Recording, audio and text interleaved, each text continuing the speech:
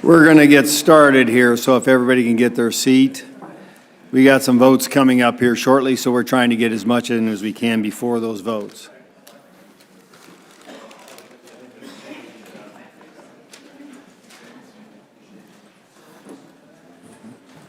Well, thank you, everybody, for attending. This is the Western Caucus and its viewpoints and review of the Green New Deal. Now, thank you all for being here and tuning into this important policy forum and a first in-depth public review of the Green New Deal by Congress. We will closely examine the green pipe dream in order to gain a better understanding of its details and associated impacts.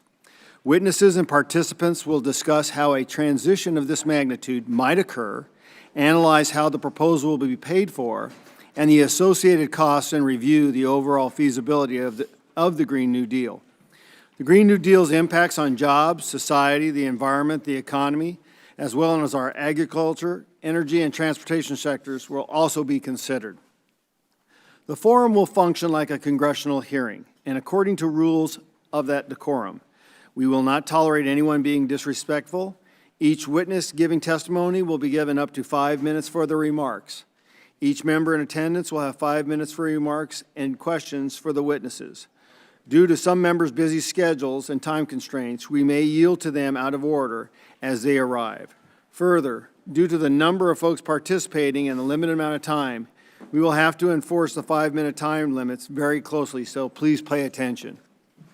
Finally, the forum will be live streamed on the Western Caucus website. The press conference will be live streamed on the Western Caucus Facebook page. All members of the Western Caucus, Representative Ocasio-Cortez, and all co-sponsors of HRES 109, as well as outside organizations on both sides of this issue, were invited to provide a witness and participate in this forum. Representative Ocasio-Cortez initially RSVP'd yes for the hearing, but it is looking like she won't be able to make it today. My primary goal in putting together this forum was to shed light and to dive into the details of the Green New Deal so that the American people can better understand what is in it. Now that I've established the ground rules for the forum, I'll get into my opening statement. America's energy renaissance is the backbone of our country and our economy. It's a story of freedom, prosperity, and opportunity.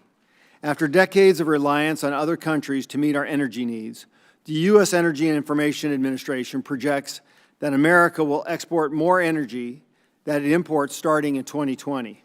We are no longer dependent on volatile foreign sources produced in Russia and Saudi Arabia.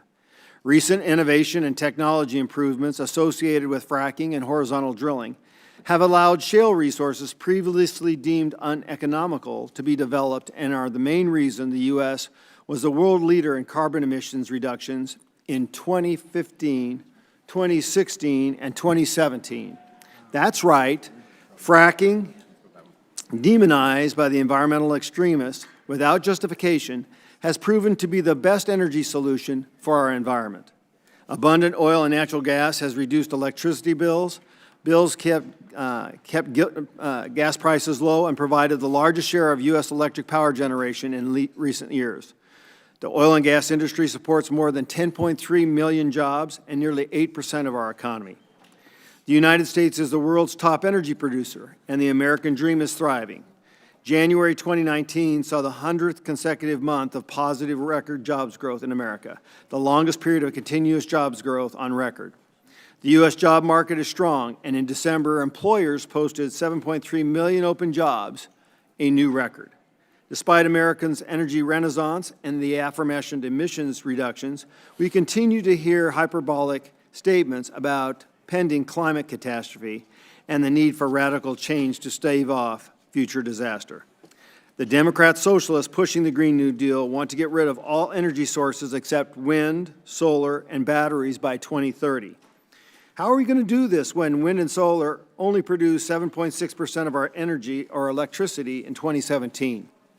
The Green New Deal would drive energy production and jobs to countries like China and India that have much worse environmental standards. Global greenhouse gas emissions will increase as a result, in direct contradiction to the main talking point of the Green New Deal. The socialist Green New Deal says it will provide higher education, high-quality health care, and affordable, safe, and adequate housing to all. The Mercatus Center estimates that the cost of the single-payer health care provisions alone would cost $32 trillion in the first 10 years, something that I find quite low. The Green New Deal is an alarmist pipe dream that seeks to fundamentally transform America without a blueprint. This socialist manifesto changes day by day, and important details on how a transition of the Green New Deal's magnitude will occur, how they will occur, are missing, including how we'll pay for this pie in the sky aspiration. If one needs more evidence that the Green New Deal is not plausible, look no further than Australia, where electricity prices are the highest in the world, and the Aussies' obsession with renewables have destroyed their electric grid. Massive blackouts and mass power cuts are the new norm, and a massive Tesla battery backup system ran dry this past month as the Aussie power grid crashed in the summer temperatures. 90,000 Aussie homes had no air conditioning for the next 2 weeks of blistering heat. Let's learn from Australia's mistakes and not repeat them. I look forward to diving into the details of the Green New Deal, and I'm very thankful for all our witnesses being here today. We'll now turn to our first witnesses for their testimony. The first witness at the table here, I'll go through everybody and we'll just then go down the line after we've introduced everybody, is Michael Zerr, Policy Advisor, Consumer Energy Alliance. Second one is Myron Bell, Director of Global Warming and International Environmental Policy, Competitive Enterprise Institute. Katie Tubb, Policy Analyst for Energy and Environmental Issues, the Heritage Foundation. Rick Manning, President, Americans for Limited Government. Mandy Ganasakar, founder of the Energy 45 Fund. Mark Morano, Director of Communications and Committee for a Constructive Tomorrow. Dr. David Legates, Professor of Climatology, University of Delaware. Thomas Pyle, President, American Energy Alliance. And Bill Imbergamo, Director, Federal Forest Resources Coalition. I'm going to go back to the very first person, and Michael Zerr, you have 5 minutes. My name is Michael Zerr. I'm the Federal Policy Advisor for Consumer Energy Alliance, and I appreciate the opportunity to be here with you today. CEA is a leading bipartisan consumer advocate for sound energy. These replacement costs are greater for the 39.7 million Americans living at the low poverty line. Moreover, this is not accounting for most Americans who lack financial resources to replace even the most basic necessary appliances. With Americans having $1,000 or less to cover a financial emergency, the burden of these replacement costs becomes more apparent. American consumers need practical energy solutions that come from our nation's existing mix of affordable energy resources. As it stands, the Green New Deal does not offer cost-efficient or sustainable solutions for hardworking families, businesses across our country. The Green New Deal should also face scrutiny from an environmental perspective. It is a fact that the United States is leading the world in emissions reductions. From greenhouse gases to volatile organic compounds to sulfur dioxides, every single air quality standard has improved significantly over the last few decades. This is an amazing story that the Green New Deal fails to recognize. Yes, we must continue to improve our environment, and we are showing that we can, without radical proposals like this. Policies like this continue to fuel CEA's goal of educating and advocating for consumers, so that through policies that sound good in theory, but do not apply well in practice, can be avoided. We recognize the role of renewables as part of an important mix of energy sources that power our grid, support expansion of sources that continue to contribute towards a robust and reliable grid. However, this long-term transition takes place. We caution against the adoption of policies like the Green New Deal, which may do lasting harm to our nation's energy security and the financial well-being of millions of families and businesses throughout our country. Thank you very much for the opportunity. Thank you, Mr. Zerr. Now, Mr. Myron Ebell. And I'm going to be really cracking down. So if you hear me tapping like this, you got 15 seconds to wrap it up. Okay? Thank you, Myron. Thank you. Chairman Gosar and members of the Western Caucus, thank you for holding this forum and inviting me to speak at it today. I'm always pleased to see your work because as a native of the rural Intermountain West,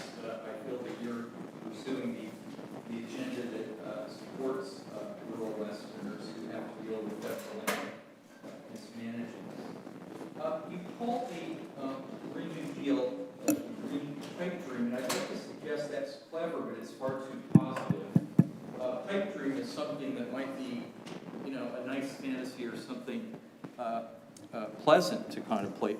The Green New Deal is really a nightmare. I've called it the Back to the Dark Ages Manifesto, but I've really recently started calling it the Green Leap Backwards, because it's so much modeled on the Great Leap Forward that the Chinese Communist Party started in 1958. By the time it ended, I believe somewhere between 18 million and 55 million people died of starvation. The Green Leap Backwards is preposterous, and everything that we can do to ridicule it is justified. But just because it's ridiculous and preposterous doesn't mean that it's not dangerous. If we could imagine that it were ever implemented, which is actually impossible, it would raise energy prices for everyone, and we're going to hear some estimates of how much that is. It would help impoverish everyone.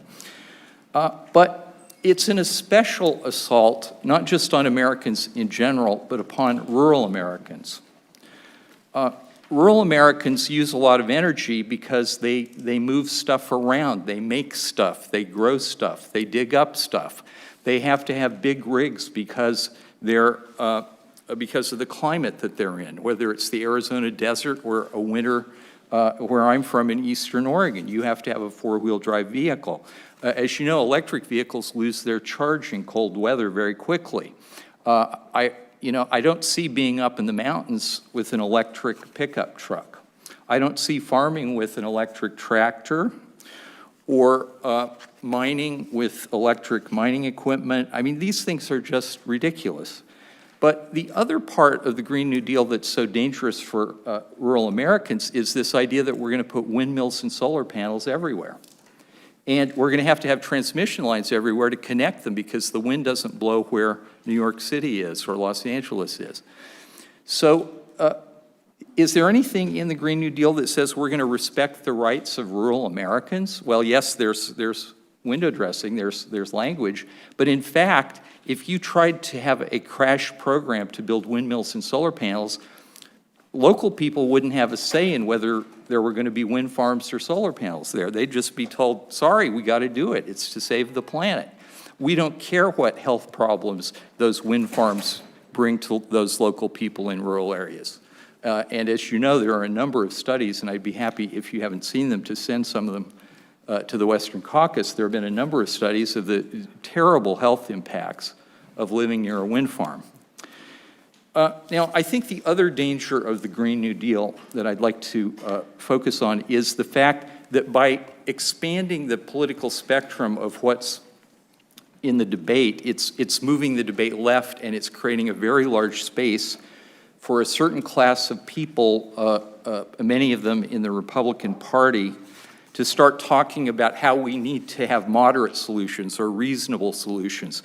Of course, we're not going to have the Green New Deal. We're not going to have the Green Leap Backwards. But we have to think of some alternative because, after all, you can't beat something with nothing. Well, in fact, if you look at the history of major legislation, the big pieces of legislation that are defeated are typically it's when there isn't an alternative, when the opponents just say no. So what we're going to have coming forward in the next year or so is a lot of people talking about how we need carbon taxes. Carbon taxes, I could spend a long time talking about the problems with carbon taxes, but I would just say this. They are a redistribution of wealth from the bi-coastal urban elite from the heartland states, and particularly from rural Americans. Because, as I started out saying, people who live in rural areas and small towns use more energy than I do living in Washington, D.C. I have a low carbon profile. My carbon taxes wouldn't be that high. So this is a redistribution of wealth from people in the districts of the Western Caucus to people who live in Los Angeles, San Francisco, Seattle, New York, Boston, and Washington. So thank you very much, and I will stop there. Thank you very much. Now, Ms. Katie Tucker. Thank you. you. Thank you very much for the opportunity to comment on the Green New Deal as proposed. I'd like to make 4 brief points, starting with the Green New Deal having negligible climate impact, regardless of what your opinion is on global warming. Immediately eliminating all U.S. CO2 emissions would moderate warming by 1/10 of a degree Celsius by the end of the century. If the entire industrialized world eliminated all CO2 emissions, only 2/10 of a degree Celsius of warming would be averted by 2100. This is all assuming the same climate sensitivity as the IPCC. Further, 80% of the world's energy needs today are met through CO2-emitting natural resources. Roughly 6,700 coal plants are in operation today, providing 39% of the world's heat and power. Another nearly 500 coal plants are under construction, most of which are being built in Asia, the Middle East, Africa, where electricity is needed most.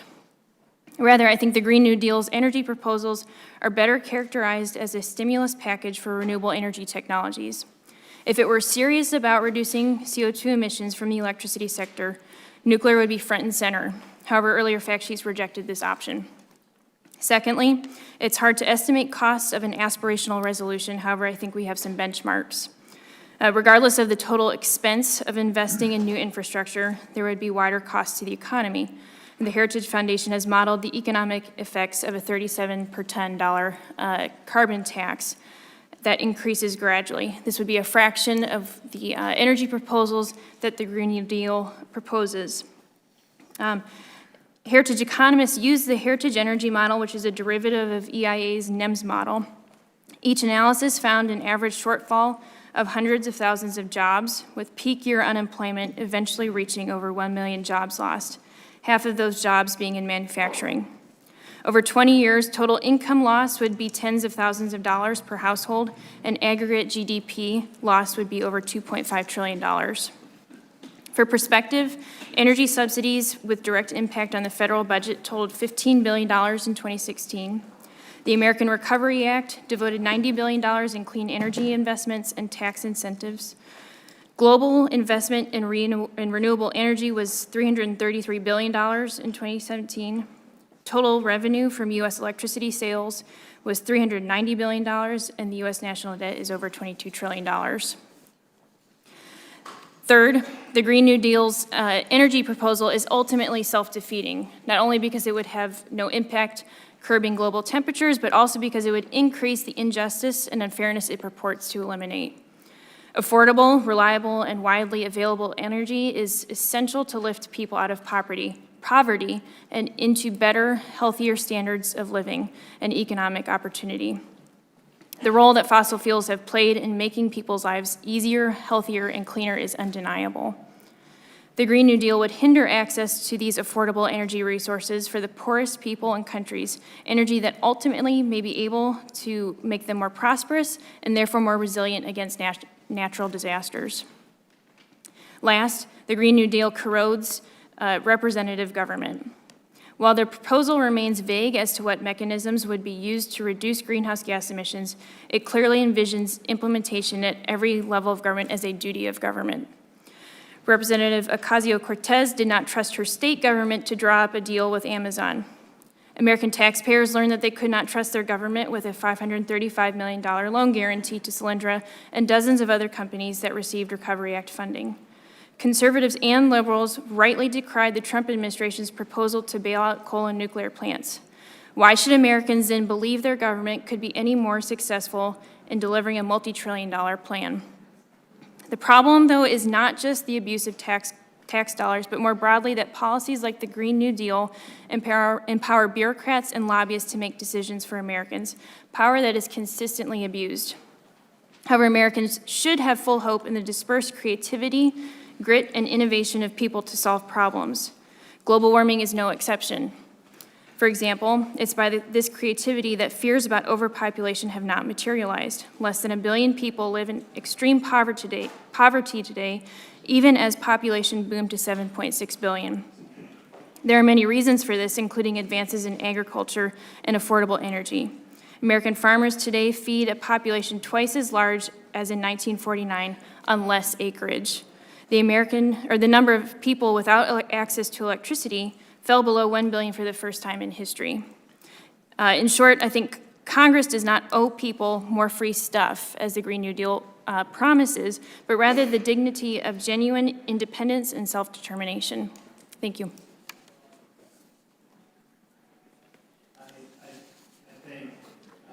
Katie.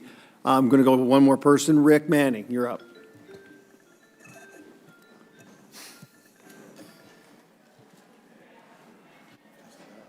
We're testing. Are we okay?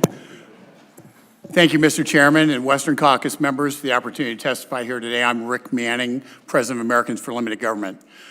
Cost estimates have come out for the Green New Deal. Some say $93 trillion, but the truth is that the plan would actually cost America much, much more. It would cost our nation everything. It would cost the ability of individuals to choose the way they travel, both for short and long distances. It would force changes on food choices at the dinner table. It would shrink home electricity consumption with likely rationing due to restricted availability. It would change our homes, offices, and every building in the country as each received one-size-fits-all conservation retrofits. It would end same or next-day delivery of most of our purchases as domestic cargo planes would be grounded.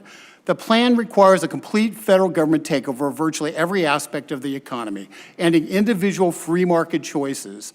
This means that one of the miracles of the market, a seeming endless supply of choices, will be replaced by those products that the federal government policies favor, regardless of what anyone else wants. Out of all the factors leading to the fall of the Soviet Union, Boris Yeltsin abandoned communism after a visit to Houston, Texas. It wasn't the Houston Space Center that made him a believer in free markets. No, it was a visit to Randall's grocery store on an unscheduled visit. The abundance stunned the soon-to-become first president of the Russian Federation. Yeltsin wrote, and I quote, "When I saw those shelves crammed with hundreds, thousands of cans, cartons, and goods of every possible sort, for the first time I felt quite frankly sick with despair for the Soviet people." Yeltsin continued that such a potentially super-rich country as ours has been brought to a state of such poverty, it is terrible to think of, end quote. The modern empty shelves and citizens' revolt in Venezuela shows that the government-caused poverty is not just a phenomenon of the 20th century communist central planners, but the natural result of socialism, which ends markets and replaces them with top-down decision-making. Socialism creates scarcity, ends the incentive and ability for individuals to achieve their dreams, and makes each person dependent upon their government for its very existence. Rather than working for the individual citizen, the Green New Deal government will have people trapped in a toxic relationship where government bureaucrats determine winners and losers in virtually every situation. The Green New Deal turns what is supposed to be a relatively benign federal government with individual rights protected against government incursion into an all-powerful federal government, overriding not only local and state governments in virtually every decision they make, but also limiting choices to only bureaucratic-approved options without regard to individual needs or circumstance. Here in the U.S., we have seen multiple examples of green venture socialist investing, where private investors, insiders, albeit, choose projects not based upon their market viability, but instead based upon the expectation that either the federal government or the state government will provide the funding, giving the initial investors a soft landing and moving the risks to the public. One example of this is the Virgin Trains USA, formerly Brightline, higher-speed rail project in Florida, which just had its $600 million IPO canceled due to a lack of interest. Instead, it's relying on a $600 million tax-free Department of Transportation private activity bond, which in large part were used to refinance high-yield corporate junk bonds. In addition, it sought another $2.1 billion of those same bonds, is seeking another $3.7 billion in Railroad Rehabilitation and Improvement Financing, or RIF loans, from the department. What is clear is that without public tax-funded backing, the project would not even be attempted because there's no demand. Another egregious example of fixed rail gone wrong is the notorious California high-speed rail project. California voters in 2008 approved $10 billion in bonded indebtedness to build this project with promises of private investors to follow. Needless to say, the private investors never materialized, and neither did the railroad. Here's how a 2017 editorial by IBD described it. Quote, even so, California has already committed to spending more than $10 billion bond amount, and taxpayers are on the hook. It's a runaway train. Worse, since the bond issue passed in 2008, cost estimates have only soared. Initially budgeted at $32 billion, the price tag is now put at twice that, $68 billion or more. Even the initial stretch of track, which lies on the flattest, easiest to build part of the entire total 700-mile route, has seen its costs soar 50% from $6.4 billion to $10 billion. Moreover, that initial part of the much bigger project was originally slated to be completed this year. This is 2017. But so far, not a mile has been laid. And the Federal Railroad Administration estimated that it's at least 7 years behind schedule, end quote. And now for the ultimate irony. The dramatic scaled-back version of the California Rail Project will now only run between Bakersfield to Merced, California, rather than the LA to San Francisco promise. Those are the people who didn't want it, and yet they're the ones who get it. Of course, if the multiple dozens of inexpensive plane flights each day from the Bay Area in California to the LA area were canceled, consumers would be forced onto the train, and the new Green Deal would succeed in moving people from using 20th and 21st century transportation technology back into what is effectively 19th century fixed rail. And perhaps this time, time warping retrograde is what the sponsors of the bills really seek. Let me be clear, America's future is bright, but only if the markets are allowed to dictate it, so the most efficient, smart solutions prevail. Please join me in opposing the new Green Deal. Thank you very much, Meyer. I know that they've called votes, is there anybody that won't be able to come back on the dais that would like to take a couple questions? At least make a statement or anything? Well, here's what I'm going to do. I'm going to be staying here. Everybody knows where I stand on this issue. I will hopefully be back for the motion to recommit and the final bill, but I'll stay through the amendments. And so as members can get back after that final vote real quickly, then we'll take you in order for, then you come back for questions. How does that sound? Okay? Thank you. How do you say that? In the Sakara. Yeah. Miss Mandy Gunasekara, you're up next. I butchered that name, sorry. It's okay. It's good enough. Chairman Gosar, thank you for allowing me to be here today, and other members of the Western Caucus. Thank you for the opportunity to talk about the Green New Deal and for your continued leadership on these important issues. My name is Mandy Gunasekara, and I am the founder of the Energy 45 Fund. I'm the former Principal Deputy Assistant Administrator in the Office of Air and Radiation in President Trump's Environmental Protection Agency. I'm responsible for shaping and implementing many of the administration's America First environmental initiatives and major deregulatory successes.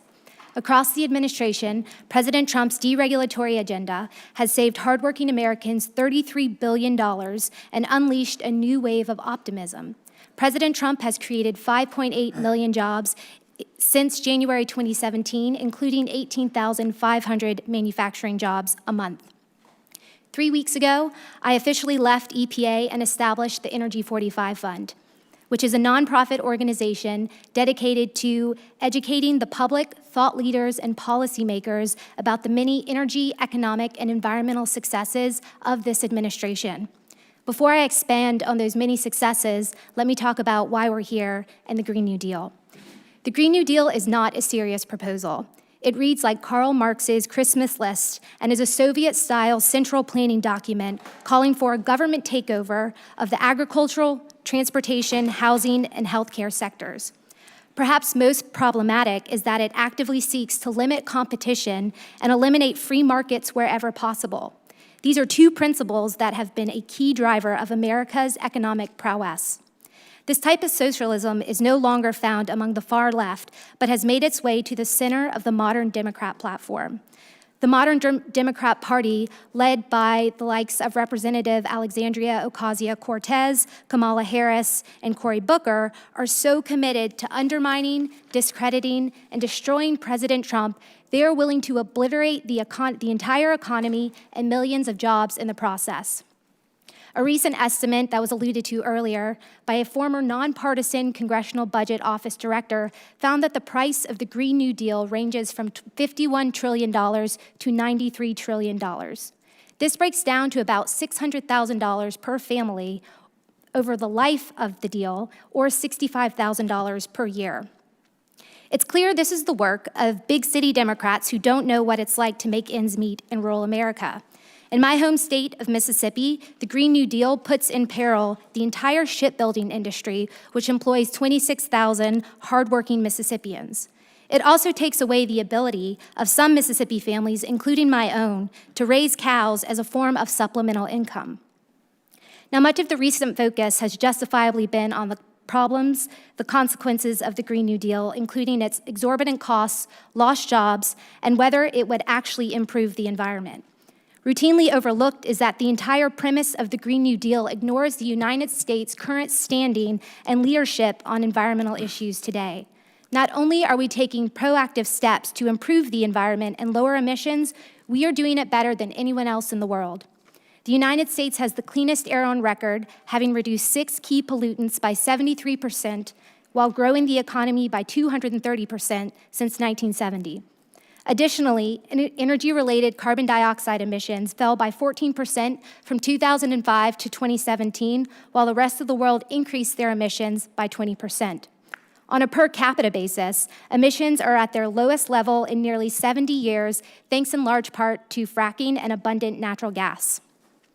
Now, while President Trump has been extremely effective at moving forward a pro-growth and pro-environment agenda, Congress, too, has some serious bipartisan legislative efforts that can further U.S. leadership.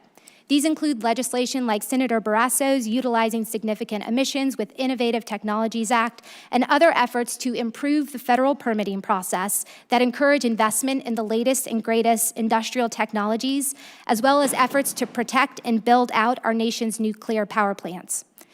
The only thing serious about the Green New Deal is how dangerous it really is for the nation.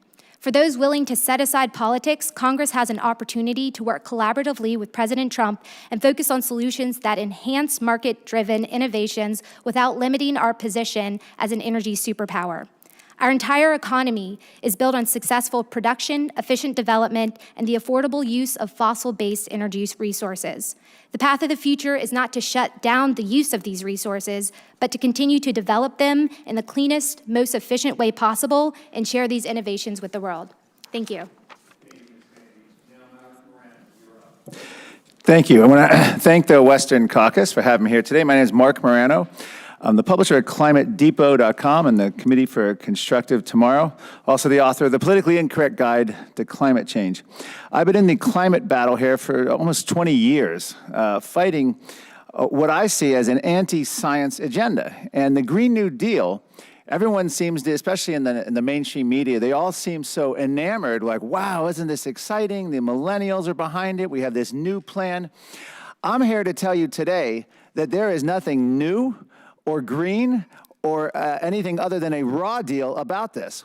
This plan is quite literally nothing more than plagiarism. There's a lot of scandal in the media recently about the New York Times editor and plagiarism scandal. Well, the Green New Deal literally is stealing from previous environmental scares. It is stealing the same exact solutions that were proposed in the 1960s and 70s for such environmental scares as overpopulation, resource scarcity, species extinction. In fact, in my book and in my testimony, which I've submitted, I've given concrete examples of AOC giving examples, everything from talking about meat eating and how they're going to go after factory farming and, quote, farting cows and other things. And I go through and I show how these are all old proposals. The United Nations has been warning about cow emissions, has been going after people eating meat for decades. And in fact, the latest proposal by the former United Nations climate chief is that meat eaters should be treated like smokers in restaurants. They should be banished and castigated. So even that example isn't new. The idea that we should need a massive expansion of government was proposed back in the 1960s and 70s as the only solution to the then crisis of overpopulation, which fizzled along with many of the other previous environmental scares. So my time in the United States Senate, one of the things that AOC has been going around saying, first of all, we have a tipping point, is what she'll say. We have 12 years, so luckily for us, she only came up with a 10-year plan, so she gives us a 2-year margin of error. Well, it detailed that back in the 19th century, there were scientists worried about Earth climatic tipping points. In 1982, the UN warned of a tipping point. In 1989, a 10-year tipping point. NASA's James Hansen gave a 4-year tipping point when President Obama was elected. Prince Charles famously gave the 100-month tipping point. The idea here is they are presenting a plan that has no basis in cost-benefit analysis or impact on the climate. It's meant as fear that we must act now and immediately. Don't evaluate the plan on its merits because we don't have time for that. We have to get this plan through to save the Earth. And behind this plan are decades of what I would call the degrowth movement. And I have a whole chapter in here about people who openly call it United Nations climate summits, which I have the misfortune or fortune of attending every year, call for planned recessions in order to fight global warming. I've interviewed Professor Kevin Anderson. Alice Larkin Bowles has spoken on this. These are major climate activists in Europe, and this is one of their plans. A planned recession is fantastic for the Earth, in their view, because it limits economic growth and thus suppresses emissions. So the Green New Deal can be looked at, if you look at it in that venue, it is nothing more than a massive planned recession for the U.S. economy. And the more we talk about the costs and the regulations and the strangling hold on American energy, they get a little smile behind their face because that's the whole point. They don't like President Trump's energy renaissance. They don't like the idea of 80% of the world's energy coming from fossil fuels. And by the way, I include a chart which shows, I believe, 1907, 80% of the world's energy came from fossil fuels. Currently, 80% of the world's energy comes from fossil fuels. But don't worry, in 10 years, we're going to change the law of physics, energy, economics, and somehow we're going to come out with a carbon-free planet in 10 years. As someone said, as absurd as this plan is, it's easy to ridicule and laugh at and make fun of. I myself have called it one big bowl of crazy. But it's a very dangerous plan because each Democratic presidential candidate is taking it as a litmus test. And most shockingly, what it's done, and someone else alluded to this, and I'll make 2 final points, it has shifted the Democratic Party into serious unscientific, nutty territory. When now Nancy Pelosi can be called a climate denier by climate activists like Eric Holdice, when Dianne Feinstein can be referred to as a climate delayer now, this goes to show you how far the party's moved. The danger, I think, the greatest danger we face right now from the Green New Deal, and I think it was Myron who alluded to it, Myron Ebell of CEI, is very simply Republican Party coming up with the Green New Deal light. And I think he's absolutely right. We need to oppose it and oppose it firmly. We don't need to come up with the light version of the plan. And when you have senators like Mitt Romney, who spent the entire week President Trump was pulling out of the UN Paris Agreement, begging and pleading with him not to do it, I would look toward Mitt Romney as one of the leading capitulators or someone like that to come out and start coming up with a weak version of this. But this needs to be opposed fully, vigorously, scientifically, ideologically, and economically, and energy. So with that, I thank you for this opportunity to speak. Thank you. Thanks, Mark. It sounds like to me it would be more like the walking the Green Mile than the Green New Deal. That's right. Next is Dr. David Legates. You're up.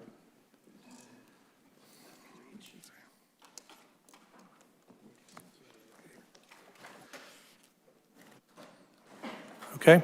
All right. Thank you, Mr. Chairman and the caucus, for the opportunity to provide my perspective of 40 years of training as a climatologist and my experience with climate change. In the brief time I have, I will discuss why carbon dioxide is not the dangerous gas it is made out to be, why climate change is not an existential threat to the planet, and why the Green New Deal is not a solution to climate change. Permit me to ask a series of questions. Is our climate changing? The answer is clearly yes, because climate has always changed. We often define climate as average weather, which implies that our climate should be static, but in fact, the Earth's climate is dynamic, variable, and ever-changing. Is global warming real? Or should I say, has the surface air temperature risen about 0.6 degrees Celsius since the late 1800s? The answer is also yes, and on that there is little debate. Do humans affect the Earth's climate? Again, the answer is yes. We can point to the urban heat island effect. For example, the Washington metropolitan area is warmer than the surrounding countryside due to the urban city, and this has been widely studied. Because of the impervious surfaces and increased water demand of urbanized areas, flood and drought frequencies also are adversely affected. Does carbon dioxide absorb energy? Yes, certainly. The Earth's surface is warmer than it would be in the absence of an atmosphere by about 30 degrees Celsius. But remember, the most important greenhouse gas is not carbon dioxide. It is water vapor. Water cycles fast through the atmosphere, absorbing energy that evaporates and releasing that energy as it condenses. Its mobility and efficiency in absorbing energy makes water fundamental in explaining the climate of the Earth. If the amount of carbon dioxide in the atmosphere doubles, what will the effect be on global temperature? This is where the debate begins. We seek to determine the eventual rise in air temperature due to a doubling of carbon dioxide. Over the last 20 years, our estimates have decreased substantially based on measurements of the climate system. In the early 2000s, estimates were that a doubling of carbon dioxide would result in a 3 to 6 degrees Celsius warming. Since 2010, most estimates indicate it is less than 3 degrees Celsius. And over the last 5 years, several independent assessments indicate it is more like 1 degree Celsius. Thus, the effect of a doubling of carbon dioxide has much less of an impact than climate models suggest, which helps to explain why their estimates of warming are highly exaggerated. How do we know that carbon dioxide is a minor player in climate change? Both theory and models tell us that the biggest effect of carbon dioxide on air temperature should lie in the upper tropical troposphere. Over the last 40 years, the warming of this layer has been small, whereas the climate models indicate the warming should have been 2.5 times greater if carbon dioxide was responsible. Moreover, theory tells us that daily maximum air temperature should rise if carbon dioxide is the main driver of climate change. In fact, daily maximum have not changed substantially over the last 80 years, and before that, maximum air temperatures were much higher than the Dust Bowl of the 1930s. I believe Myron Ebel has handed out a graph that shows that exactly. Minimum daily air temperatures have increased due to urban warming, not carbon dioxide. Averaging these two extremes to get a daily average and then declaring that this is the warmest year in recorded history is highly misleading, since most stations have a short record length and the warming is not due to carbon dioxide. Will this warming necessarily lead to more floods, droughts, hurricanes, tornadoes, and the like? I could spend the next hour explaining why these extreme climate events are not increasing in frequency or intensity, and why under a warmer world they should not. Changing land use and increased demand for water are more significant than carbon dioxide in changing the impact of climate on our lives. Coverage of extreme weather events gives the impression that violent weather is becoming more frequent and intense when the data say otherwise. Is a warmer climate and more carbon dioxide a net benefit to life on the planet? You bet. The answer to the question is a resounding yes. More people die from exposure to cold than heat. A longer growing season is more beneficial to feeding a growing population, as carbon dioxide is plant food. And under higher carbon dioxide concentrations, virtually all plants grow faster and they're more efficient at using water. So what is the climatic benefit of spending trillions of dollars and fundamentally changing our economy and way of life? The Green New Deal is not about the Earth's climate. Industrialization has made developed nations rich, and by using fossil fuels, they are supposedly destroying our climate, for which they must pay. Climate change has become the cause célèbre to make nations to action. The Green New Deal is not about stopping climate change. Climate always changes, and it always will. The United States has cut greenhouse gas emissions by about 13% since 2005 to virtually no effect. Even the net effect of reducing the United States carbon dioxide emissions by 80% by 2050 will be negligible. But realize this: any draconian changes such as those that are proposed would necessarily change our fundamental way of life. And that, not addressing the ills of climate change, is the focus of the Green New Deal. This discussion is not about the climate. It never was. Thank you.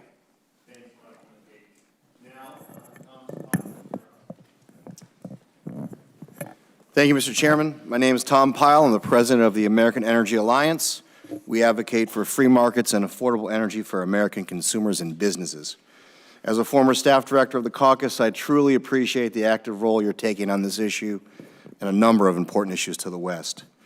For over a decade now, the United States has benefited from one of the greatest energy expansions in the history of the world. Our energy producers have delivered the low-cost and reliable energy that has fueled economic growth and opportunity for all Americans. Contrary to the naysayers, we have drilled our way to prosperity at home. And as this energy revolution continues, U.S. energy exports will lift millions of people out of poverty around the world. The Green New Deal, on the other hand, would abruptly end this progress, devastate our economy, and disrupt our very way of life. As a political matter, the contents of the Green New Deal are not achievable to any substantial degree.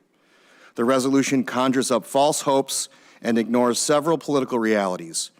For example, it seems to completely ignore the current process for building out infrastructure.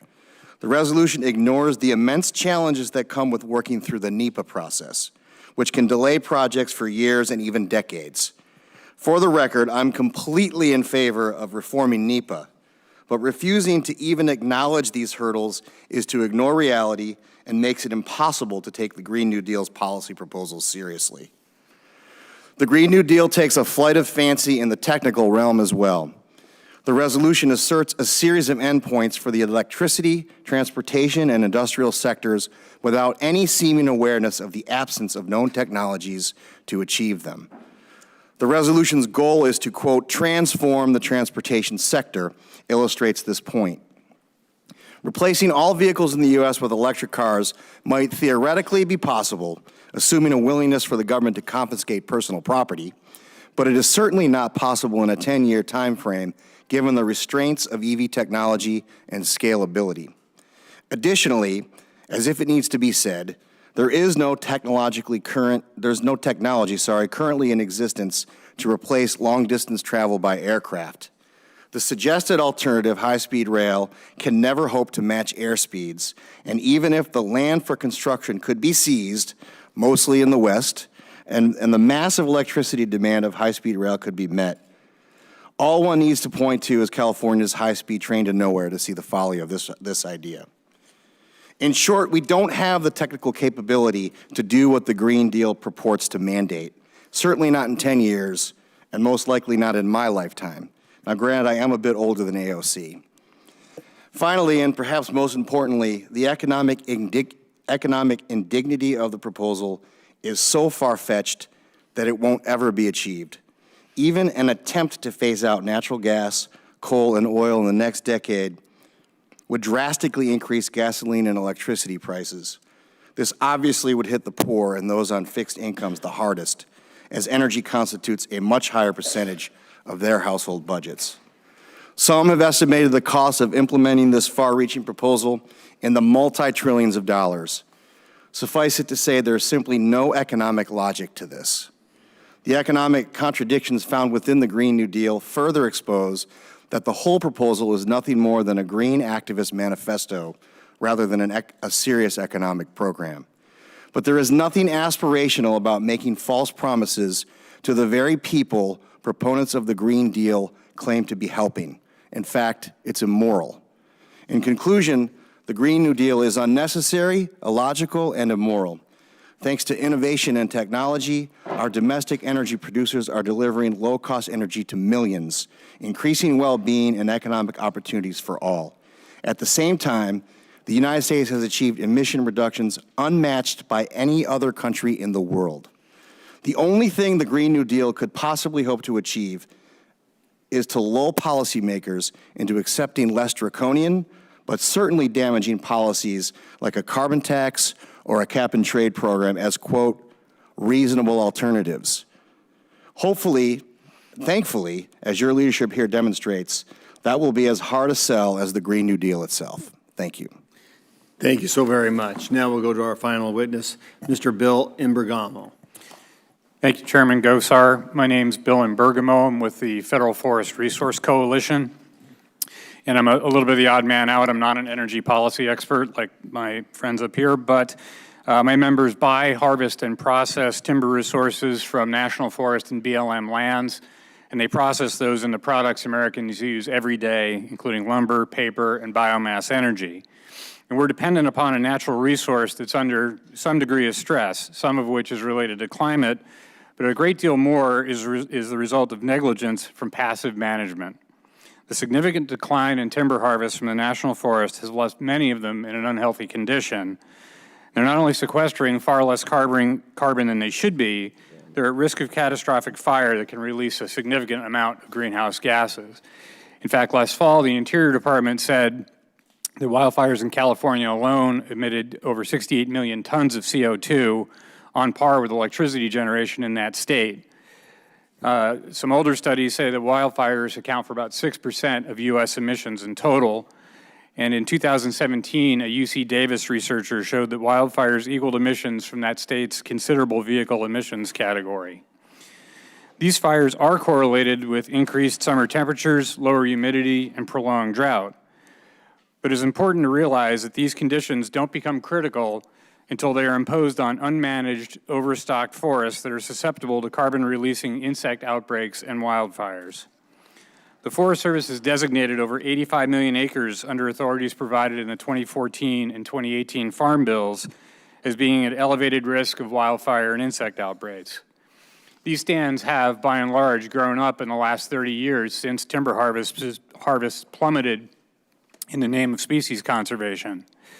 The Forest Service is working with my member companies and communities to try to reduce these fuel loads, but because of onerous analytic requirements, they're on pace to treat these acres sometime in the next 4 centuries. As you know, the Forest Service has a substantial reforestation backlog estimated at about 1.3 million acres. 85% of the acres requiring reforestation are the result of wildfires, not harvest. And the Forest Service reforests only about 13% of the total each year. And while we share the Green New Deal's view that reforestation is important, we believe that the 40 million acre goal in the fact sheet is, to put it mildly, unrealistic. I'm not versed in the detailed reforestation needs of the national parks or wildlife refuges, but to hit 40 million acres of reforestation, you would need to persuade trees to grow where they currently don't, such as above tree line or in the national grasslands. Americans are rightly concerned about climate change and about the health of their public forests. However, focusing on reforestation alone, as the Green New Deal does, largely misses the mark if your goal is to increase carbon sequestration, storage, or emissions reduction from our public forests. The best way to accomplish that is to actively manage the portions of the national forest that are open to management, a relatively small percentage compared to the 36 million acres of wilderness and nearly 60 million acres of roadless lands. By harvesting trees, you can store carbon in long-lasting wood products or displace fossil fuels through renewable biomass and reestablish fast-growing young forests that can suck up even more carbon. And if you do it before the wildfires burn, you can improve wildlife habitat and protect water quality at the same time. And this caucus has supported legislation, the Resilient Federal Forests Act, that would accomplish these goals, including reforestation after wildfires. Forests can be a net benefit to the atmosphere if we manage them.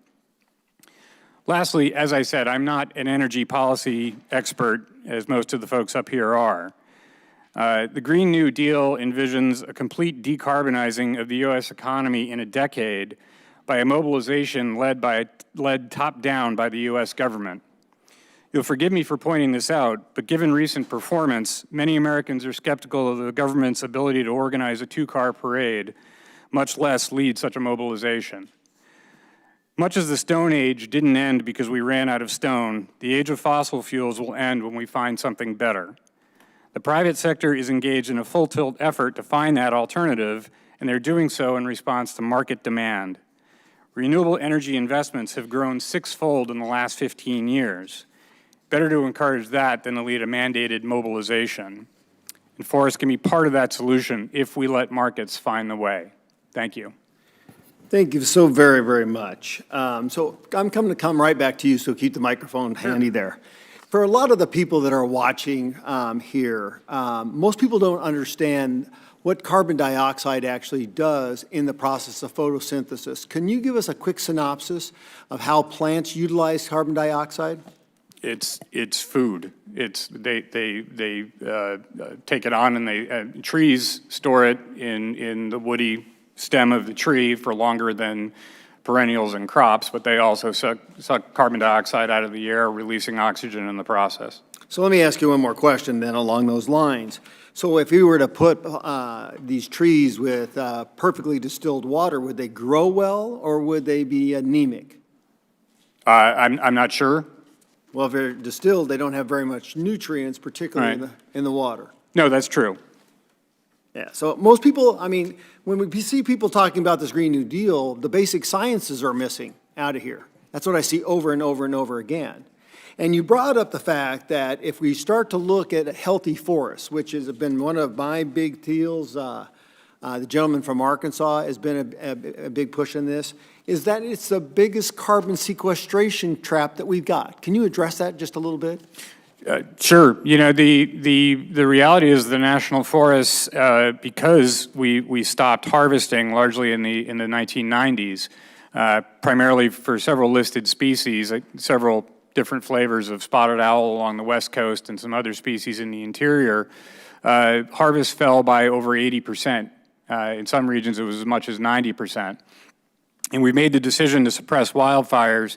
And in places like Arizona, as you know, it doesn't matter if you stop the fire, that doesn't increase the rainfall. And you get 100 stems per, you get 300 to 400 stems per acre on a stand where you used to have between 40 and 60 or maybe 80. And those trees don't have the resources they need to grow. They become suppressed, and it becomes a very fire-prone, bug-vulnerable forest. So once again, coming back to you, you know, typically, particularly in the Southwest, with those 40 to 60 trees per acre, fire was a part of that, but because they were interspersed, it was a grass fire, not a crown fire. Can you address that as well? Yeah, for the most part, a good portion of the western forests were adapted to frequent fire returns. Some of the forests were adapted more to a stand replacement fire. One of the problems, in addition to the overstocking of those frequent fire return forests, is that we've lost the age class diversity. So even in the infrequent fire return forest, there's no fuel breaks. And that's when we get these fires that burn entire watersheds, which Phoenix and Denver have had in the last 15 years. And one more last thing, you know, the Green New Deal talks about adding more numbers. It's not so much about adding more reforestation, but healthy applications. Can you once again tie into that? Yeah, sure. I mean, you know, we've got a lot of mortality in the West. That does need to be reforested. There's studies that show that elk avoid those habitats. They don't produce the same amount of water. There is a reforestation need, but there's a much greater need to treat the acres that are overstocked. And then on the eastern forests that aren't fire prone, there's a lot of values that the public expects from their forests that you're not getting when you just let a forest grow up and stagnate.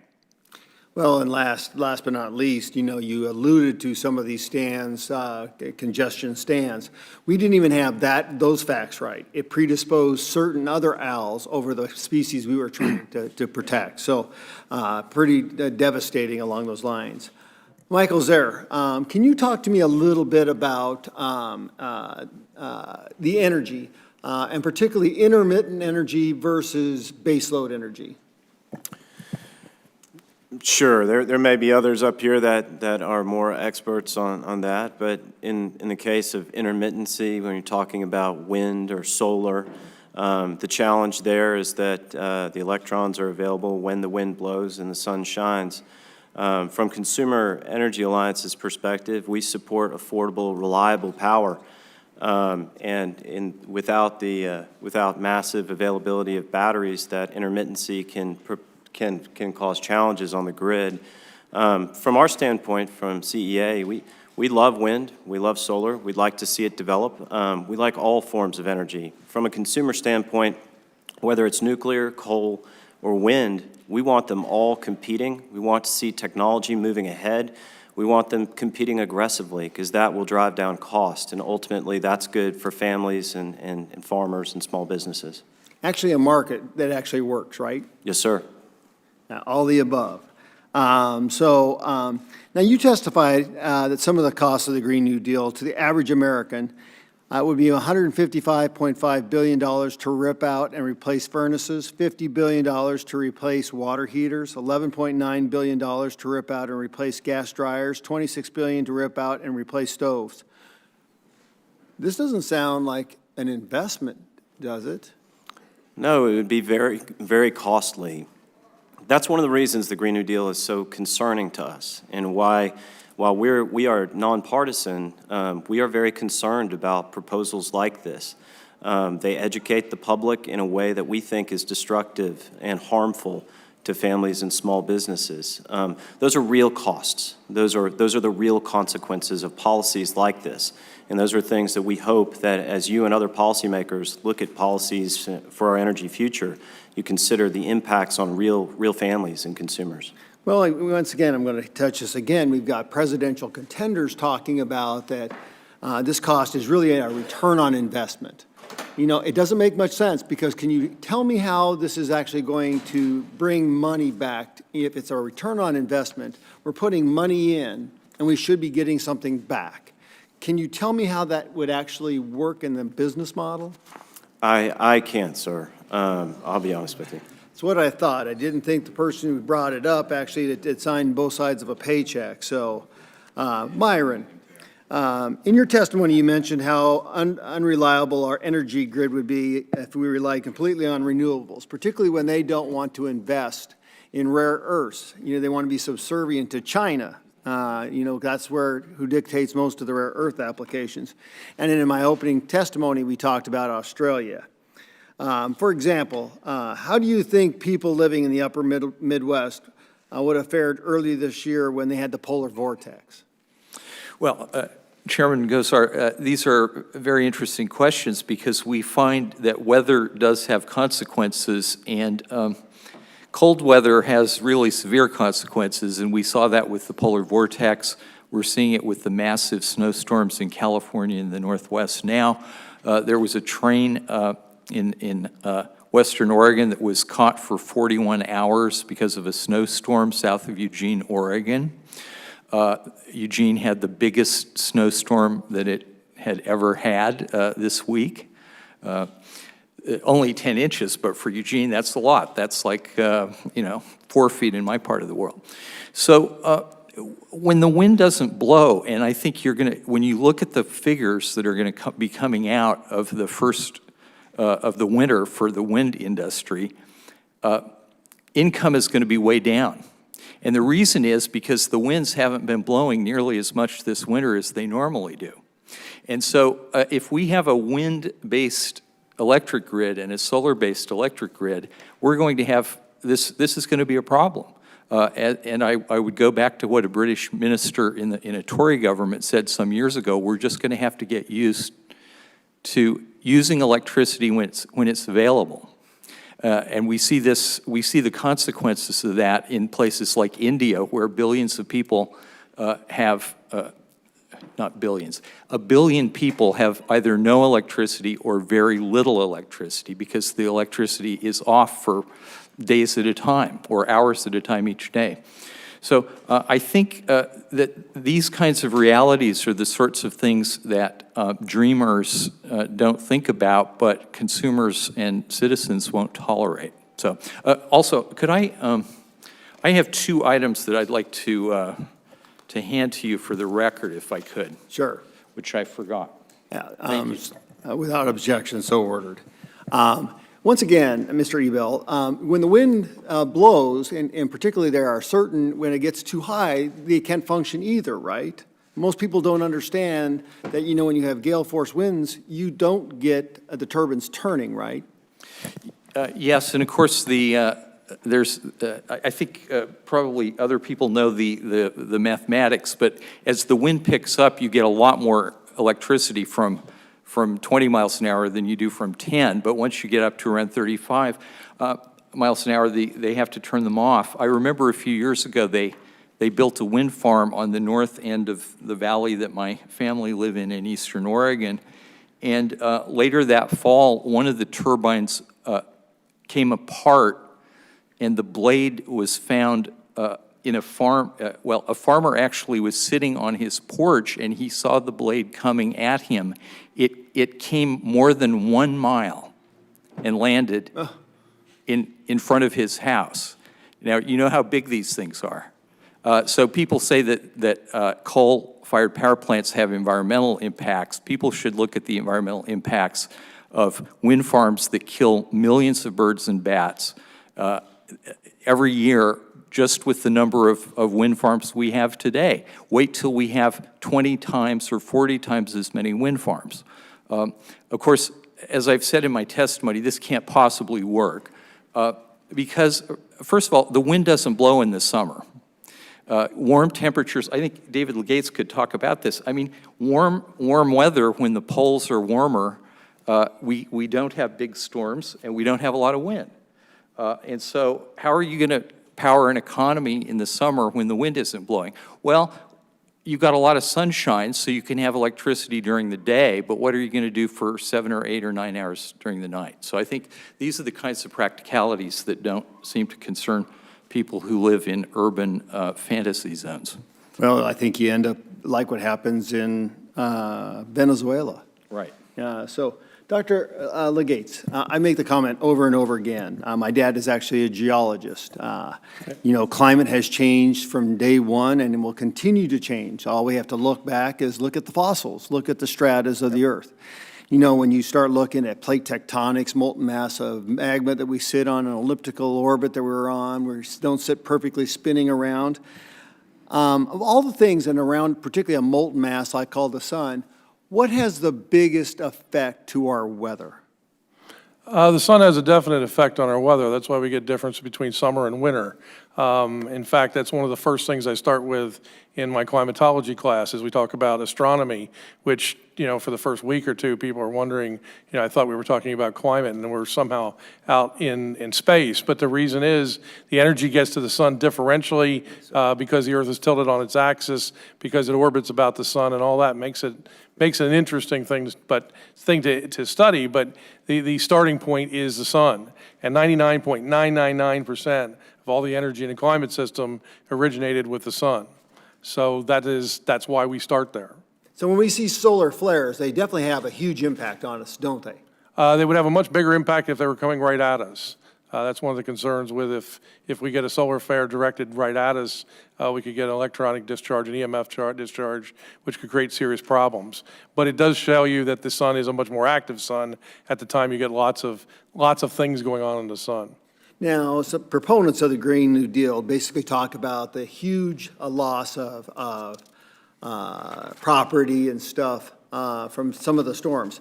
A lot of that is due to building up around these unconventional areas. I mean, like we have a problem with the flood insurance because people continually want to be close to a stream, whatnot. Can you address that a little bit? Yeah, I mean, people want to live in floodplains, and there's a reason for the floodplain. It's where the water goes when it floods. I mean, I was at Louisiana State University teaching there for a year and a half, and one of the things we know down there is that essentially the Mississippi is like a freeway with no on-ramp.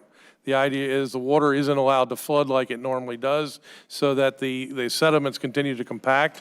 And as a result, you can go to New Orleans and places and you can look up and watch ships sail by in the Mississippi River.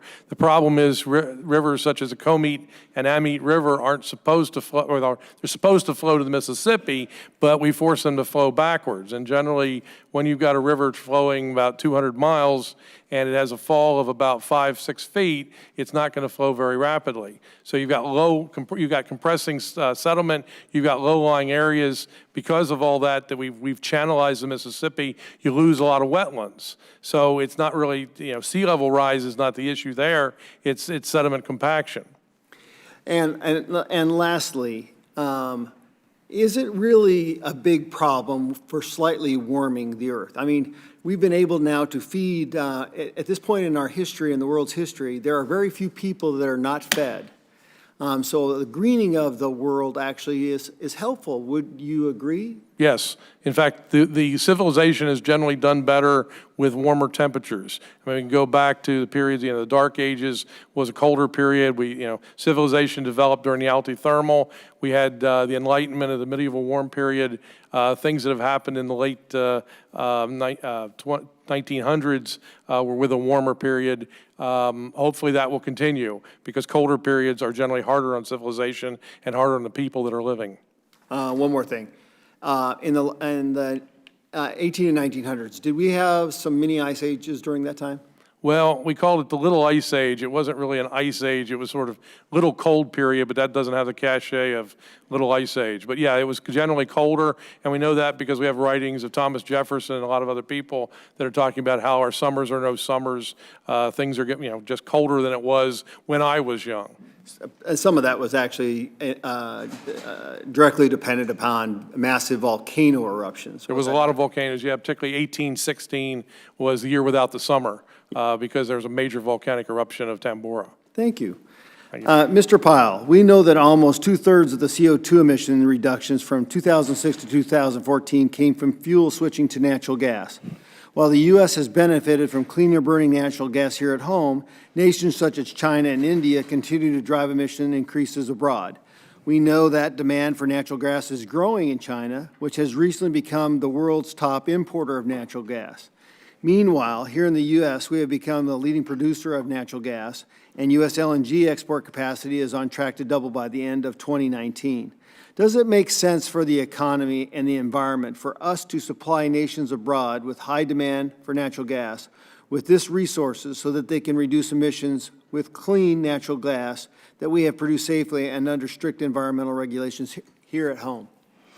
That would be a resounding yes, Mr. Chairman. In addition to that, as Mandy mentioned, technology transfers.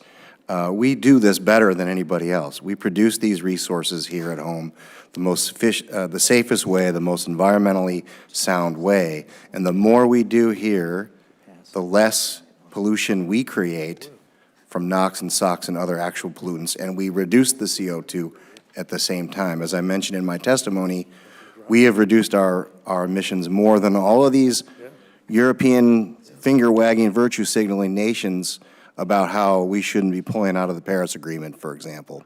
And the other benefit is freedom, quite honestly. I'm participating in a forum in Eastern Europe later this spring, and the subject is how U.S. LNG can make us less dependent on Gazprom and Russia. Yep.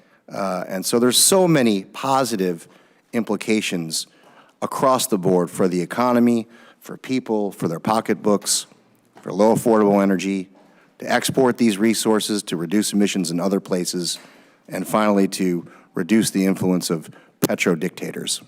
You know, your geopolitical innuendo there. I actually got to see that firsthand. A great example of that is Lithuania. Lithuania was over 100% dictated by Russian energy policy, and now less than 30, because what they decided to do was invest in an infrastructure for liquefied natural gas. It's a resounding success story. And when you start to see, you know, and start to uncover some of the particularly the environmental groups' nonprofit status, we're starting to look at maybe there's some intrusion from the Russian government, so to actually dispel, particularly on public lands, the discovery, the implementation, and the extraction of some of these wonderful fuels. Have you seen that as well? Yes, sir. Some of our work involves seeking through FOIA correspondence between officials in the State Department and others, and sort of trying to find out what influence China and other nations are having on our policies, and then also trying to find out the extent to which Russia has interfered with our environmental policies, because they see the exact same threat that U.S. LNG has to their ability to make mischief, if you will, in the areas where they control the energy resources, quite frankly. Right, they're a one-trick pony. Their whole portfolio of their economy is based on energy. And if they can't sell, they're in trouble. So one last question. FERC is currently reviewing applications for several, I believe 13 new LNG export facilities. How will these new export facilities impact job growth and support economic development in the coastal communities? If we can get the gas to these facilities and get them out, that's obviously in addition to the direct jobs in the natural gas industry. That's jobs in shipping, that's jobs in freight. Those are technical jobs as well. I'm sure Michael can echo the importance of that ancillary additional benefits besides just the actual production of the gas. Thank you. Mark Morano, quick question. When we start looking at science, we have to have data that we can prove and be relatable. Can you talk to me about why the other side, particularly in looking demonstratively about how they collect this data, why there's a question as to the validity of that data? Yes, there's many examples of that. First of all, the global warming pause, which had been happening since late 1997, 98, in the RSS satellite data. Well, after a time, a few years back, they just decided that we're going to go back and revise the data, and presto, the pause was erased. As if you had a company with record losses for 10 years, they hire a new accountant and redo the books, and then turns into record profits. We've seen many examples of the government going back and altering some of the scientific data. But even more important, and I think more illustrative of this, is the fact that, years ago they said snow was a thing of the past. Children won't know what snow is. Global warming means the end of snow. And then we have record snow. The East Coast had its snowiest decade so far. We've had record cold snow. And then Al Gore and others turn on a dime and say, well, this is extreme weather. We warned you of this too. Not once in Al Gore's original film did they warn of that. And so I go through a whole example of this in my book about all the opposite predictions. If you predict both teams to win the Super Bowl, you're a winner. You're going to go and be able to brag. So they predict more snow, more hurricanes, less hurricanes, more malaria, less malaria, and they go through a whole range of issues, no matter what happens, floods, droughts, hurricanes, tornadoes, despite the fact that all extreme weather is on declining trends. I think the biggest bastardization of science, two things. One is the elusive consensus, which doesn't exist. It was based on actually 77 anonymous scientists, the 97%. And the second is that there's no way to falsify anything in the global warming debate, because they literally predict both outcomes, and then they have the answer no matter what, and they can claim they predicted it. And that's where I think the greatest challenge is in fighting them on this, is because they have it both ways right now. Right now, in your testimony, you talked about those that support the Green New Deal. They typically want to destroy capitalism in many cases. They want people dependent upon the government. Yes. Victims, not empowerment. Can you address that a little bit more? Yes, actually, in going to all these United Nations climate summits, one of the things internationally, the UN wants to get this climate slush fund, $100 billion a year. I talked to development activists in South Africa, and they said the money goes to the governments that are best able to keep their people locked in poverty. That's the first thing. In other words, if you are a very poor developed country, you're going to get more UN aid because you're doing it right. You're living Earth friendly, after all. And so what we're finding now with the Green New Deal is you can go look at the former United Nations climate chief, who was on record, and I interviewed her for the book. We seek a centralized transformation that will make life on planet Earth very different. This is what their goal was. John Holdren's, Obama's former science czar, very similar quotes. They're looking for redistribution of wealth, massive government expansion, and they've used every environmental scare since the 1960s as a plug and play to achieve these ends. We have a book author, Naomi Klein, Capitalism versus the Climate. She openly says capitalism is not compatible with a living climate. And for her efforts, she's a rock star now in the climate activist community.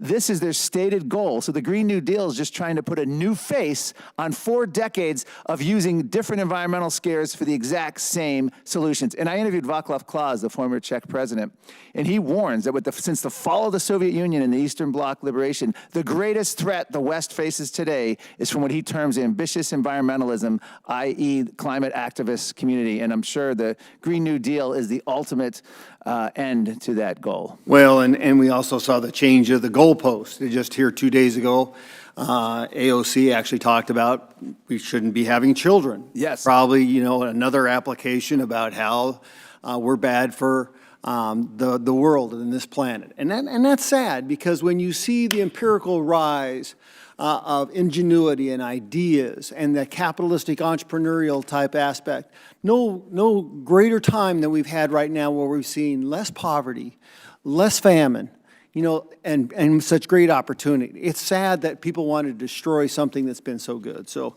thank you so very much Thank for you. your conversation.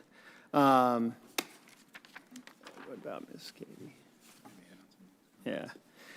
So, Rick Manning. There's even some skeptics on the Democratic side, like Dick Durbin and Miss Pelosi. Can you kind of follow through with that and tell us why maybe there's some rifts over on the other side, why even some of the leadership on the Democratic sides may not be buying into this? Well, I find myself in the unusual position of trying to get into Nancy Pelosi's mind, which is a difficult place to be. But having said that, the fact is, they recognize how the government works. They recognize the slowness of government. They recognize that you just can't snap your fingers and create high-speed rail all over the country, snap your fingers and air transportation all over the country, both from a practical political perspective, but also from a governmental perspective. So I think that, there's a difference between somebody who's an adult and somebody who's a child. And for all of their faults, there's nobody who ever doubts that Nancy Pelosi is an adult, a very old adult, but an adult. Now, costs. Now we saw people evaluating the costs here at over $93 trillion for this walk to a green mile. Can you elaborate that a little bit and what the cost would be for every person per year? Sure. Well, what they came up with $93 trillion, and that was an estimate done by Doug Eakin, and he attempted to look at the entirety of the proposal, and in doing so, he included the aspects of it related to healthcare, related to universal income, related to a whole variety of different aspects of the plan. I think the most important part about the cost of this is it doesn't matter to me what the cost is. That what the real cost is, we won't be free if this is done. We will no longer be America if this is done. The U.S. government, the whole structure of the U.S. government, which presumes individual liberties being protected against government intrusion, will be shot. The idea of private property will end. The idea of being able to make choices about how you exist in this life will be over. There's absolutely nothing moral about the new Green Deal. It is, in fact, the most immoral thing I've ever seen, because what it does is it justifies the complete deprivation of freedom and would normalize scarcity in a place where there once was abundance. And that's not moral. That is absolutely immoral. And those who try to claim a moral high ground on this should be ashamed of themselves, because they are, in fact, the new dictators who it's moral for them because they had the power, but for the rest of America, they don't care if they die. Now, I talked about intermittent versus baseload energy, and with the Green New Deal, the weak point is batteries. I mean, we saw it in Australia. The predication that China dictates almost 100% of all supplies of these rare earths and these storage capacities, and we need to go a long more in technology. We've come a long way, but there needs to be a lot more. So can you address that a little bit in regards to the rare earths, the supply chains, and some of the innuendos as far as what parts of renewables need more improvement? Well, one of the great ironies is the same environmentalists who want to make us dependent upon rare earths are the same ones who've locked up our rare earth capacity in terms of mining here in America, and have put those rare earths under lock and key, not allowing us to be independent in that area or even develop that area of our own natural system. So, but yeah, what will happen under rare earths is we will be completely dependent upon China, a country that doesn't have our best interests at heart, to export to us rare earth metals so we can have this economy. And in being completely dependent upon China, we can be choked out by a foreign country very easily because they won't provide us with basic needs to feed the new Green Deal. But it's more than that. When they talk about rare earths, they forget about the fact that the lithium mines are incredibly destructive. The cobalt mines are incredibly destructive to the environment. And so as we become more and more dependent upon the rare earths, we're becoming more and more dependent upon a mining technique that they themselves won't allow to occur here in America. So, and if you look at one Earth, one environment, they are in fact, by pushing us in this direction, are creating a much more damaging situation to the overall Earth's environment than they ever are solving in terms of their current solution. Real quick question. Who does mining, smeltering, and processing better in the world? United States or some other country? When we're allowed to do it, we do it the best in the world. We've seen a dramatic decrease in our smelting capacity. We need to be able to create new smelting capacity in this country.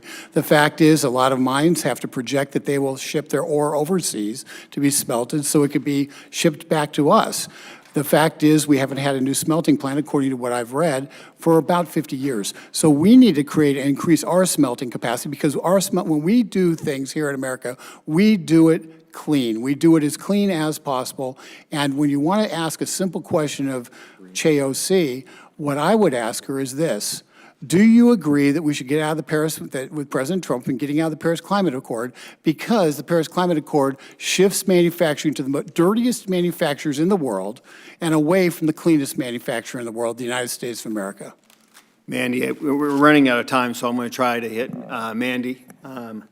When demand spikes and the price of heat increases, or utilities have to ask consumers to turn down their thermostats to 60 degrees to cope with the crisis, how does this impact low-income households? In the worst kind of way. There's been a number of analyses done. One that was done quite well. It's still pertinent to today's conversation. It was done in 2011, going around and asking low-income and fixed-income communities, what do they do when energy prices spike? And a fair amount of them, they reduce a meal during the day. They lower the thermostat so it's colder, they're more likely to get sick. They go without taking medication or visiting their healthcare physicians to ensure they can live a healthy, productive life. So there's serious negative implications that affect folks in vulnerable elements of society like fixed income and low income communities. It's almost predominantly those are the people that are hurt, right? Yeah, absolutely. They're the ones who have to deal with the worst consequences of dangerous ideas like the Green New Deal and other Democrat climate proposals that make the cost of energy more expensive and make it harder for Americans in these more vulnerable communities to live happy, productive lives. One last question, Mandy. Several states have set ambitious emission reduction goals and targets for reducing the usage of oil, gas, coal, and nuclear, which is a clean, renewable fuel. Some of our witnesses today have called for a 100% clean energy economy. In states undergoing a rapid transition to renewable-only energy mix, what kind of impacts would you anticipate on vulnerable populations, particularly in the event of extreme weather?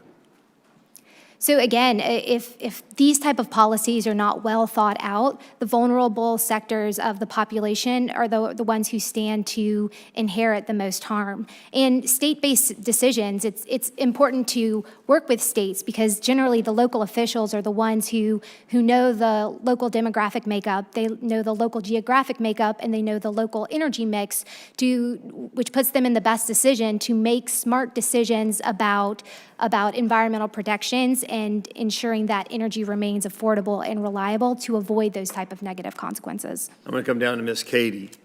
In your experience, what factors have you seen causing the largest increases in utility prices to minority communities? What would be the proactive steps in offsetting or combating those costs? Excuse me, I think a lot of it is government intervention. You look at Texas, the freest electricity sector in the world, or in the country. There, I think you have very consumer-centric options. So you have limited government and the consumer being the principal decision maker. Contrast that with other states that have these high renewable portfolio standards. Ironically, not only do they have extremely expensive electricity rates, but they're pushing out reliable electricity sources such as nuclear. Diablo Canyon in California is a good example of that. You could envision this more like a balanced portfolio, investment portfolio, right? That we should be invested all the way across the board in all types of energy. Would that be a good portfolio to hold for America? Absolutely. I think conservatives often get a reputation of being anti-solar or anti-wind, and that's not true. We want them to compete on their own terms. The best arbiter of what a good electricity portfolio is the consumer. It's rarely a politician because often they get persuaded by things like jobs or flavors of the day. So markets work, huh? They do.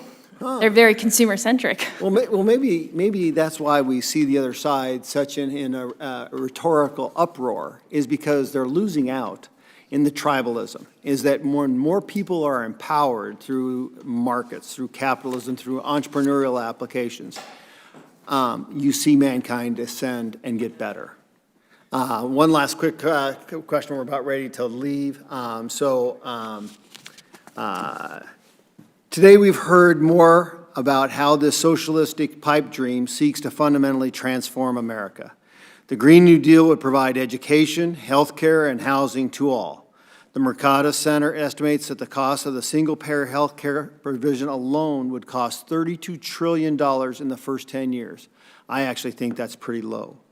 The American Action Forum estimates this plan could cost up to $93 trillion in the first 10 years alone, and that every American household could have to pay $65,000 per year to foot the bill for the Green New Deal. Some of the other costs of the Green New Deal to the average American: $155.5 billion to rip out and replace furnaces, $50 billion to replace water heaters, $11.9 billion to rip out and replace gas dryers, $26 billion to rip out and replace stoves. Hardly return on investments. The Green New Deal is a socialist manifesto that changes by the day, and important details on a transition of the Green New Deal's magnitude will occur, how it will occur, are missing, including how we will pay for this pie-in-the-sky aspiration. The Green New Deal attacks American jobs and our way of life. I was hopeful that some of the folks who support the Green Deal would have shown up today and explained how this pipe dream will work. Apologies, votes kind of got in the way. And we also had an individual called Mr. Michael Cohen down the hall. Especially as Democrat socialists who introduced this bill have made clear that they want to use climate change as a means to abolish capitalism and implement massive taxation and government control. With nearly $22 trillion in debt, we don't have any more money to borrow to pay for exorbitant fantasies. I will allow 5 days for members to submit statements and questions for the record. The forum is now adjourned. Thank you.